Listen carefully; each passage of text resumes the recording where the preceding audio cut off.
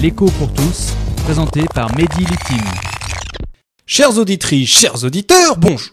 Alors, en Europe, en ce moment, ça bouge beaucoup, parce que Juppé et Sarkozy disent ouvertement qu'il faut que la Banque Centrale Européenne commence à devenir un peu plus française et un peu moins allemande. Alors pourquoi ?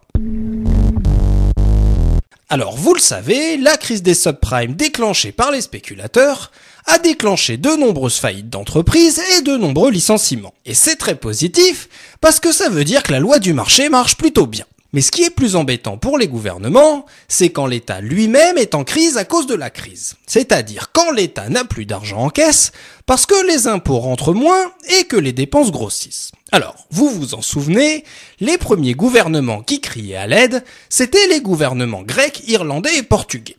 Mais nous, les Français et les Allemands, on s'en foutait parce que les Grecs, les Irlandais et les Portugais, c'est des pauvres qui savent pas gérer leur argent.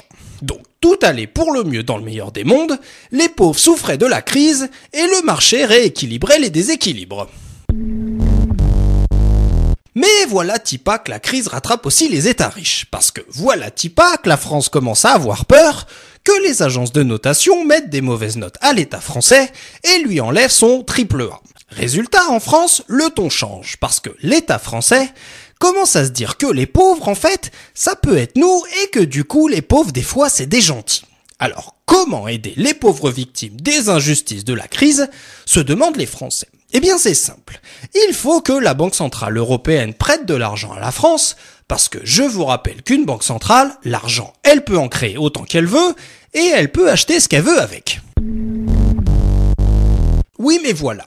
Quand les Français parlent de cette idée aux Allemands, les Allemands, eux, qui sont riches, ils pensent que les Français, c'est vraiment trop des pauvres qui savent pas gérer leur budget. Sauf que, retournement de situation, cette semaine, l'Allemagne est devenue pauvre dans sa tête. Alors pourquoi ? Eh bien, parce que l'Allemagne a voulu emprunter de l'argent sur les marchés financiers, mais que les marchés, ils ont pas voulu prêter tout l'argent que l'Allemagne demandait.